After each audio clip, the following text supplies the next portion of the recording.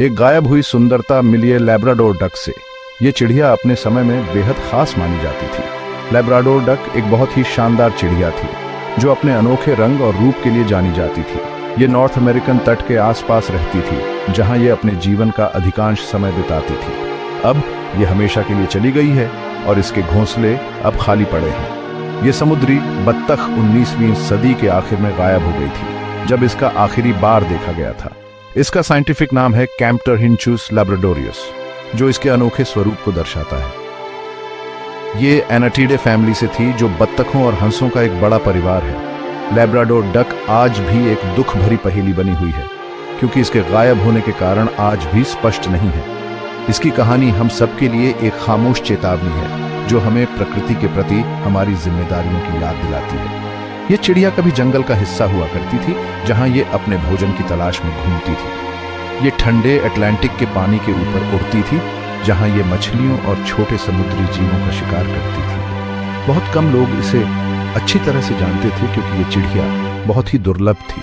जब ये जिंदा थी तब भी ये ज्यादा आम नहीं थी और इसे देखना एक दुर्लभ घटना मानी जाती थी। इसका गायब होना बहुत तेजी से हुआ और वैज्ञानिकों के पास इसे बचाने का समय नहीं था। हमारे पास इसके बारे में बहुत कम जानकारी बची है, लेकिन जो भी है वो हमें इस अद्भुत चिड़िया की याद दिलाती है। एक अनोखा जल पक्षी जीनस लैब्राडोर डक सचमुच में अपने जैसी एक ही थी।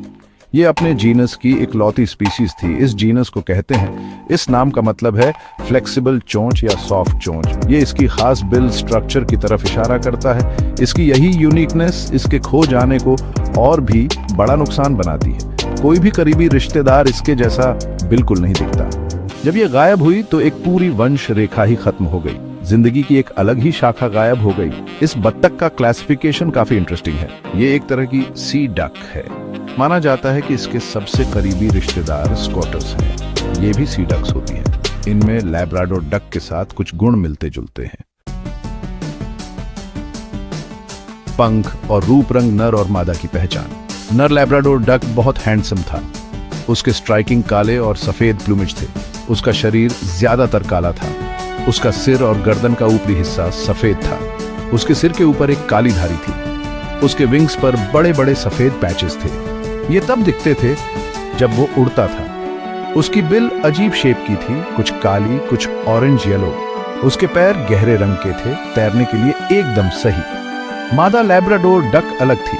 वो नर के मुकाबले कम चमकीले रंग की थी। उसके पंख ज्यादातर हल्के भूरे स्लेटी रंग के थे। इससे उसे आसपास के माहौल में घुलने मिलने में मदद मिलती थी। खासकर जब नेस्टिंग कर रही होती थी तब ये बहुत जरूरी था। तट का वासी लैब्राडोर डक का घर। लैब्राडोर डक को तट बहुत पसंद थे। ये अटलांटिक के किनारों पर रहती थी। कनाडा में नोवा स्कोशा और लैब्राडोर से लेकर दक्षिण में न्यू जर्सी और चेसापीक बे तक। ये सर्दियों में इसके रहने की मेन रेंज थी। इसे रेतीली खाड़ियां और कम गहरे इनलेट्स पसंद थे, साथ ही शेल्टर्ड एस्चुरीज और कोस्ट लाइन्स भी। यहां उसे अपना खास खाना मिल जाता था। ठंडा पानी ही उसका चुना हुआ घर था। इसका ब्रीडिंग हैबिटेट एक बड़ा रहस्य है। किसी को कभी लैब्राडोर डक का नेस्ट नहीं मिला, एक भी कंफर्म्ड नेस्ट या एग नहीं। यह किसी भी पक्षी के लिए बहुत अनयूजुअल बात है। साइंटिस्ट्स का मानना है कि वे उत्तर में ब्रीड करते थे, शायद लैब्राडोर या रिमोट क्वेबेक में। सेक्शन 5, एक स्पेशलाइज्ड पैलेट डाइट और यूनिक बिल। लैब्राडोर डक का डाइट बहुत स्पेशलाइज्ड था। ये डक अपने खाने के लिए कोस्टल वाटर्स पर निर्भर करती थी, जहां ये अपने पसंदीदा भोजन को ढूंढ सकती थी। ये मेनली छोटे शेलफिश और क्रस्टेशियंस खाती थी, जैसे मसल्स, क्लैम्स और दूसरे मोलस्क्स। इन छोटे समुद्री जीवों में हाई प्रोटीन और एसेंशियल न्यूट्रिएंट्स होते थे जो लैब्राडोर डक के लिए बहुत महत्वपूर्ण थे। ये कम गहरे कोस्टल वाटर्स में मिलते थे। इन शैलो वाटर्स में लैब्राडोर डक को अपने भोजन को ढूंढने में आसानी होती थी। ये उन्हें ढूंढने के लिए बॉटम तक डाइव करती थी। ये डाइविंग बिहेवियर इसे अपने प्रे तक पहुंचने में मदद करता था, जो सी बेड पर छिपे होते थे। इसकी बिल इसके लिए परफेक्टली सूटेड थी। लैब्राडोर डक की बिल का शेप और स्ट्रक्चर इसे अपने भोजन को इफेक्टिवली कैप्चर और कंज्यूम करने में मदद करता था। ये डाइट न्यूट्रिएंट्स से भरपूर था, लेकिन इसने डक को वल्नरेबल भी बना दिया। अगर कोस्टल वाटर्स में शेलफिश की पॉपुलेशन कम हो जाती तो लैब्राडोर डक को अपने भोजन के लिए संघर्ष करना पड़ता है। अगर ये फूड सोर्सेज कम हो जाते तो उसे दिक्कत होती थी। कोस्टल इकोसिस्टम में चेंजेस का सीधा असर लैब्राडोर डक की सर्वाइवल पर पड़ता था। लैब्राडोर डक की बिल यूनिक थी। इसका डिजाइन इसे अपने स्पेशलाइज्ड डाइट को एफिशिएंटली हैंडल करने में मदद करता था। ये टिप पर ब्रॉड और फ्लैटेंड थी। ये शेप इसे शेलफिश को पकड़ने और खाने में मदद करता था। इसके किनारों पर कई सॉफ्ट कंघी जैसे लैमेले थे। ये लैमेले एक नेचुरल फिल्टर की तरह काम करते थे जो पानी से शेलफिश को अलग करते थे। ये एक सीव या स्ट्रेनर की तरह काम करते थे। ये लैमेले पानी को बाहर निकालते थे और शेलफिश को पकड़ते थे। कहा जाता है कि इसकी बिल सॉफ्ट भी थी, दूसरी कई डक बिल्स की तरह हार्ड नहीं। ये सॉफ्टनेस इसे सैंड और मड में प्रोबिंग करने में मदद करती थी। This suggests it probed in soft sand और मड, feeling for its prey rather than seeing it.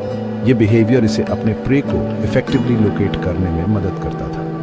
ये टूल उसके सर्वाइवल के लिए की था। लैब्राडोर डक की बिल का यूनिक डिजाइन इसे अपने एनवायरनमेंट में अडेप्ट करने में मदद करता था। इस स्पेशलाइज्ड फीडिंग के कॉन्सिक्वेंसेस भी थे। इसका मतलब था कि लैब्राडोर डक को अपने स्पेसिफिक फूड सोर्सेज के लिए स्पेसिफिक हैबिटेट्स में रहना पड़ता था। इसका मतलब था कि डक कुछ खास जगहों पर ही रह सकती थी, ऐसी जगहें जहां उसका स्पेसिफिक फूड अबंडेंट हो और जहां का सबस्ट्रेट प्रोबिंग के लिए सूटेबल हो। ये हैबिटेट्स कोस्टल एरियाज में होते थे जहां शेलफिश की पॉपुलेशन हाई होती थी। इन कोस्टल हैबिटेट्स में चेंजेस क्रिटिकल थे। अगर इन हैबिटेट्स में कोई बदलाव आता तो लैब्राडोर डक की सर्वाइवल पर सीधा असर पड़ता था। कोस्टल डेवलपमेंट, पोल्यूशन और क्लाइमेट चेंज जैसे फैक्टर्स ने इन हैबिटेट्स को प्रभावित किया, जिससे लैब्राडोर डक की पॉपुलेशन डिक्लाइन हुई। सेक्शन 6, एक शाई बर्ड्स लाइफ, बिहेवियर और मिस्टीरियस नेस्ट्स।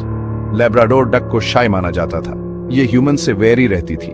इस वजह से इसे क्लोजली ऑब्जर्व करना डिफिकल्ट था। हंटर्स को इसके पास जाना हार्ड लगता था। ये सेटलमेंट से दूर रहना प्रेफर करती थी। इस शाइनेस ने शायद इसे ज्यादा समय तक सरवाइव करने में हेल्प की हो, लेकिन इसका यह भी मतलब है कि हम इसके बारे में कम जानते हैं। इसका सीक्रेटिव नेचर इसके मिस्ट्री को और बढ़ाता है। एक ऐसी चिड़िया जो लोगों से डिस्टेंस बनाए रखती थी। कहा जाता है कि इसकी फ्लाइट स्विफ्ट थी, दूसरी कई सी डक्स की तरह। ये पानी के ऊपर नीचे नीचे उड़ती थी, अक्सर छोटे ग्रुप्स या पेयर्स में। इसके विंग बीट्स रैपिड थे। Section 7, the unfolding tragedy, extinction के क्लूज। लैब्राडोर डक का एक्सटिंक्शन कॉम्प्लेक्स है। शायद कोई सिंगल कॉज नहीं था, बल्कि कई फैक्टर्स के कॉम्बिनेशन ने इसका अंत किया। ये कभी भी बहुत कॉमन बर्ड नहीं थी। स्मॉल पॉपुलेशंस हमेशा ज्यादा वल्नरेबल होती हैं। वे मल्टीपल प्रेशर्स आसानी से झेल नहीं पाती। ये इनहेरेंट रेरिटी एक डिसएडवांटेज था। ह्यूमन इंपैक्ट्स के स्ट्रांग होने से पहले भी इसके नंबर्स नेचुरली लो रहे होंगे। हंटिंग ने भी रोल निभाया, पर शायद मेन वो नहीं था। लैब्राडोर डक का शिकार फूड के लिए होता था। इसका मीट बहुत टेस्टी नहीं माना जाता था। ये अक्सर मार्केट्स में चीपली बिकती थी। इसे कभी कभी फूलिश डक भी कहा जाता था। Section 8, fading away, last sightings और रिमेनिंग ट्रेसेस। लैब्राडोर डक का डिक्लाइन स्विफ्ट था। यह ज्यादातर मिड 19th सेंचुरी में हुआ। 1850s तक ये रेयर होती जा रही थी। कलेक्टर्स और हंटर्स ने इसकी स्कैसिटी को नोट किया। विंटरिंग एरियाज में कम बर्ड्स दिखने लगे। लास्ट वंस 1870s में देखे गए थे। ये रैपिड डिसअपीयरेंस एक हॉलमार्क है। गैप 2S उन स्पीसीज का जो ओवरवेलमिंग प्रेशर्स फेस कर रही होती हैं या जिनकी पॉपुलेशंस पहले से ही स्मॉल होती है। लास्ट कंफर्म्ड साइटिंग डिबेटेड है। मोस्ट सोर्सेस कहते हैं कि ये 1878 की बात है। एक यंग मेल को लॉन्ग आइलैंड, न्यूयॉर्क में शूट किया गया था। ये बर्ड अब एक स्पेसिमेन है। एक और पॉसिबल साइटिंग एल्मायरा, न्यूयॉर्क में हुई थी। Section 9, Echoes from a Ghost Bird Conservation's Call. This chapter delves into the haunting lessons left behind by the extinction of the Labrador duck, a species that once thrived but now exists only in memories and historical records. Labrador duck का extinction हमें hard lesson सिखाता है। ये हमें याद दिलाता है कि नेचर की फ्रेजिलिटी को अंडर एस्टिमेट नहीं करना चाहिए। ये दिखाता है कि कोई स्पीसीज कितनी क्विकली गायब हो सकती है। रैपिड एनवायरमेंटल चेंजेस और ह्यूमन एक्टिविटीज ने कई स्पीसीज को खतरे में डाल दिया है, यहाँ तक कि वो भी जिसका हेविली स्पोर्ट के लिए हंट नहीं होता था।